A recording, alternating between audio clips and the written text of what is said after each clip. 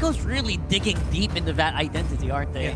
I love that. Again, it might not have worked in game 1. Doesn't mean you don't try it again in game 2. Yeah. I like the way you put it yesterday. I think it was you, Rockhard, that said that, you know, the team style, the glass D. cannon. The glass cannon, the D. The D. And I thought it was defense. The full D. I thought it was defense. That was us. Yeah, the full D, yeah. We thought it was the full D. We thought it was They the like full themselves defense. them full Ds. Well, it's full damage. It's Yeah. glass cannon. Mouthful of Benny. So we're about to find out here. You Damage. can hear the crowd. They're excited. A lot of these fans want to see Echo Express activated here. And they've got the lineup for it. I mean, we've taken a look at both. And I would say it's always going to come down to the execution here for both teams. We're going to get loaded up into the land of dawn. Welcome, ladies and gentlemen, to game number 2. Echo versus Onic Philippines. Onic Philippines at match point here. Yeah, at this point, I just really want to be able to utilize. I want Echo to be able to utilize this Paramis to its maximum potential. We've seen teams pick up the Paramis and just play passively with it. Yeah. Smart adjustment here by Onic PH. I really thought they'd put the Toms in the jungle and Ryota would be rocking the Paquito X-Play, but no. They put the Paquito in the jungle. Smart choice there because now you have an option yourself to potentially spike up real quickly. Yeah, we talked about the Eve having a hard time in this game. That's just a little taste right there. There it is, right? That might just happen over and over again. Correct. It's easy to rinse and repeat that, especially with Sanji playing very aggressively on the Paramis. I mean, I also like it because, you know, he's got the, you know, this is the Faramis that I personally like to see, the position 4 Faramis where you have that magic worship. You can kind of poke things down, whittle things down. You know you're going to be trying to get that, you know, the stampede off and drag people in. All the while, the value of Cold Altar is still there, right? So at this point, I mean, Onic Philippines definitely has to respect that. And that's kind of what we're seeing unfold here already, you know, a minute and a half into the game. This is also going to just translate into a big, I feel like, first turtle fight, because either way, no one has that Demon Slayer emblem, right? So we're going to see both of these junglers really want to contest this, even with this Paquito having that assassin emblem. This might actually also just be the debut of the Lord Shen skin. Because Carl is rocking it, and the effects of that are gorgeous. Oh, man. Have Did we check it? No. Has he ever panned to Carl Teasy yet? I don't think so. He flew by, and I saw yeah. the peacock feathers. Oh, man. Come on, show it up, man. Show it up on the screen, cameraman. Yeah, when he lands at the Tempest of Blades, it's gonna be sweet. Yeah, and this is the right call for Onic. They know they can't contest. It's way too difficult for them, so they'll try to get wins elsewhere. Oh, it is. There it is. Show it off, cameraman, but no, it's Benny Guilty. He's in trouble. Nice flicker in. Dodges the Sensui Reina punches with a simple flicker in a good angle. And great decision there by Bandicuti to commit the Nibiru's Passion Ultimate to clear that one minion, that one siege minion. What a play on the bottom side. I mean, the amount of concentration they put there, you know, that's a big thing. You're not going to kill Ryota here. He's still holding on to the Vengeance, too.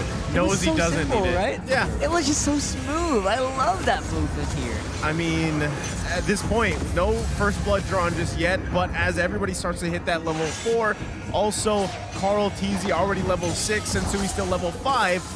Let's see if one of these assassins can get a kill, because that's what they're fighting for, the snowball effect in their favor, as both of them want to set the pace.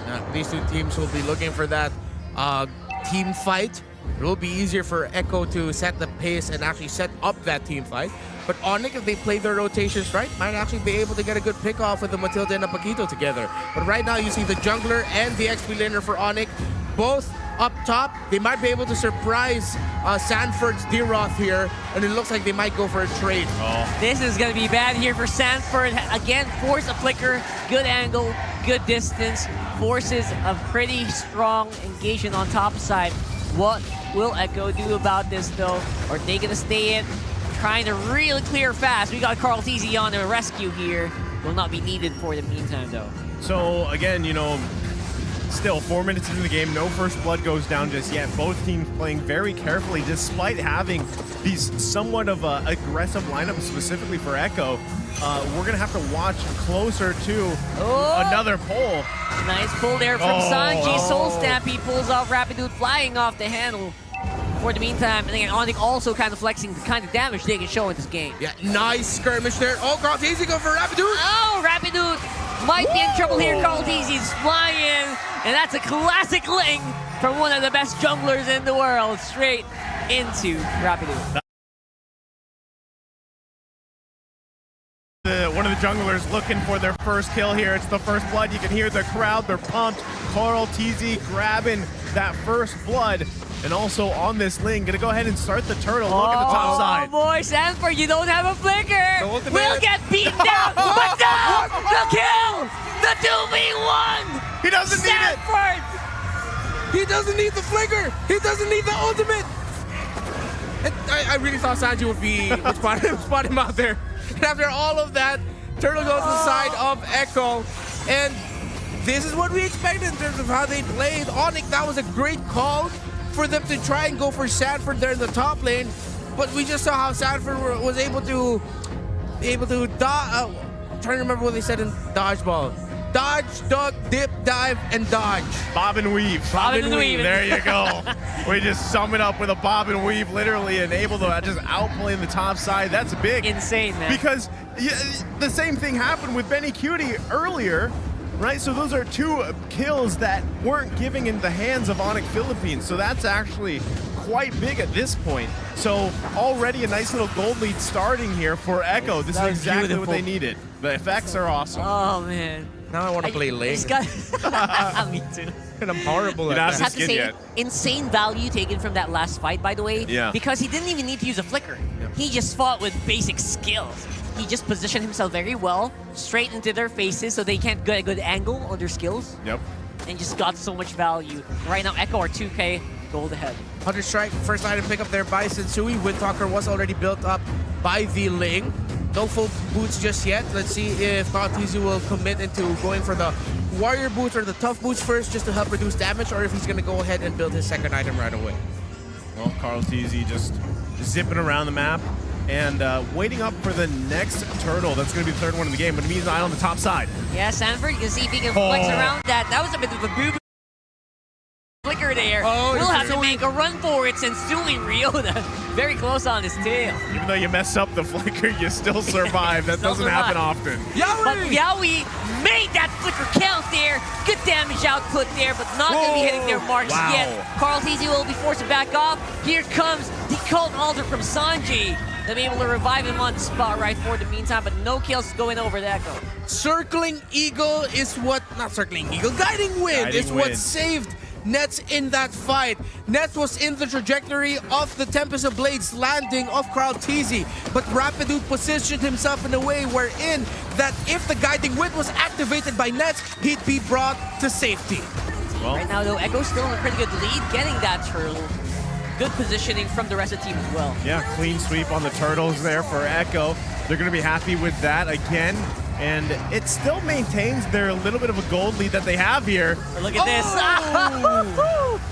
Beautiful assassination from Sensui.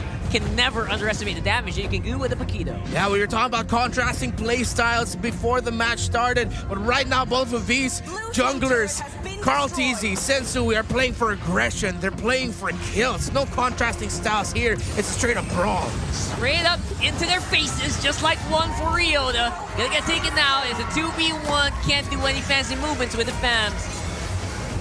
Well, again, they're not even done yet. And the thing is, Ryota as... Whoa, Carl? Carl, man, he's Look at going him. 1v3. I don't care. I've got the power. I've got the Ling. I got the Lord Shen skin. I don't know why I said that. I just had to put it out there. I'm pretty sure he said that too. It's a power. He was It is a definitely buff. saying that. It is a buff. It's a bump. I got Ghost for the 3v1. He gets a kill, just like it's nobody's business. It's Good what we call Sensui. styling and profiling. Styling and profiling, just like Manju would normally say. Yowie with the flicker well charged. Actually, we're going to take out Rapidude there. Cult Aller keeps everyone alive. And a tower in the boots here Sensui. for Echo. Is he not? It's way too risky for Sensui to Oh, travel no. in front of the target. No way. Oh, he misses on the jab. Has to actually make a run for it. Dodge, duck, dip, dive, and dodge. Yeah, He gets away. exactly. Man. That's the move. That's the move right there. Again, you know, going back to that, this is the Echo Express, but hold on. Yeah, they want to go choo-choo, but looks like it's going to be Nets going on a rampage here. Good damage output, but not quite there yet. So going back to the point here, this is quite a bit of action the past couple minutes on and off, but now that the next Lord is up, I mean, we have seen quite a few things from Echo. What I'm wondering is if they can maintain it, because at the same time, Onic Philippines, we haven't seen Nets just yet actually have a good blazing duo. We've seen some amazing saves from Rapidude, but they haven't really been able to convert that, even with a Thamus pick, right? Riot has died twice, but as time goes on, he does get a little more tankier, has that vengeance, and at the same time, Super Prince, the positioning of the RWM is going to be crucial. So already, Lord here, half health, who's going to take it? That's a big question. Nets, are you ready to go for a fight here?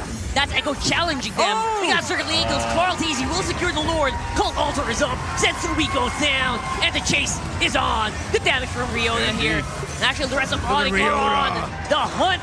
Great. Oh my goodness, that gorgeous barrier, man. That was money. That skill right there is huge stonks for Echo. Gonna be able to make it out with only Sanford taken out here by Onic. You see the strengths of these two teams in that last fight. Onic may have not gotten the turtle, but in an extended team fight, under real-world manipulation, Rapidude being able to give shields to his teammates, Ryota being able to absorb damage, Onic can find a way to turn fights around. But Echo also showed the strength of their burst-heavy lineup, their great team-fighting lineup. These two teams are putting on a show for this game number 2. Yep, the rest of Echo is now on the field here. Sanji up front. It's like he's roaring. He's challenging Onic to go in right now. Man, right now they want to take this to a game 3, and they're good position for it as they grab another turret here on the top side, getting the space they need. Also going to be taking the buff from the hands of Onic Philippines. They've got to be careful on how they approach this. They don't really have much of a front line now as it gets whittled down. So another turret goes in the hands. Look at Sensui trying to get in place again. Trying to make something happen for the team here. Will be a good test here for Onic. How are they actually going to answer? They just have to hold on. Watch out for Yaoi potentially setting things up.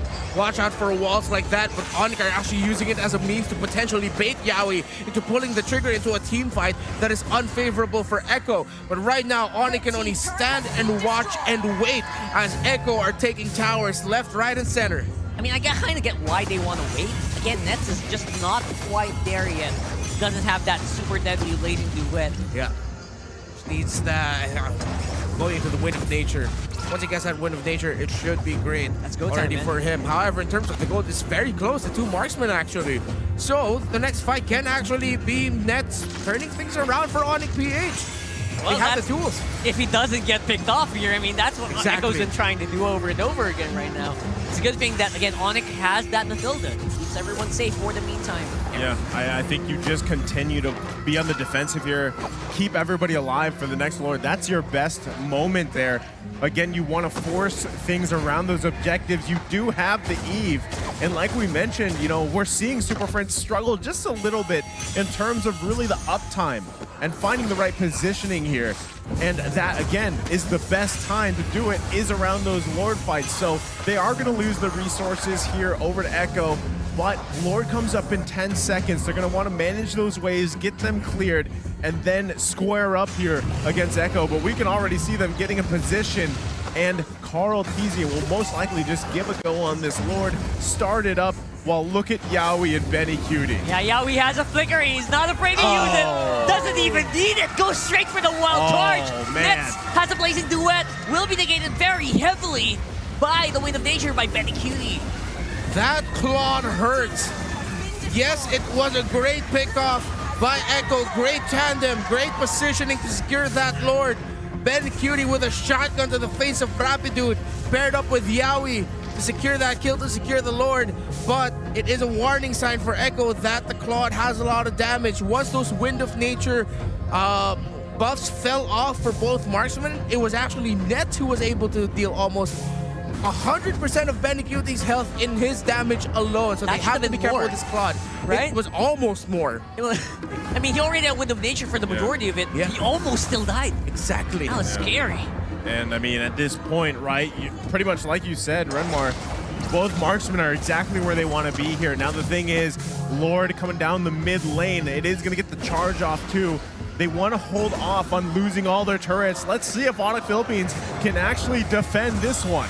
You can hear the crowd there roaring and cheering for Echo right now. The Lord also charges straight into the base. Got multiple lanes being managed here by Onic though. They only have to worry about that mid for the meantime. Again, Echo still waiting in the wings. I don't think they're ready to go just yet, but they are trying to make their case. Can cool, calm, and collected carry them to Game 2 sweep victory? Or will Echo force a Game number 3 as the Express looks like they're right on time? Oh. Speaking of Express, here's Sanji with a free man soul stampede, and Super Prince gonna be knocked up as well. Here comes Echo. They got the altar. They got the bodies. One will be taken out by Sanji, but Sensui rather will They have the be members. enough. They can defend this. They can defend. That was very crucial. It's a good thing Super Prince stayed alive, but they still have to hold on here. It's a full force of the Echo Express. Huge Dragon Shot and a combo of the Abyss of Strife. That's Sanford with clean up and the rest of Echo with a kill. That's 1-1, and we are going to game number 3.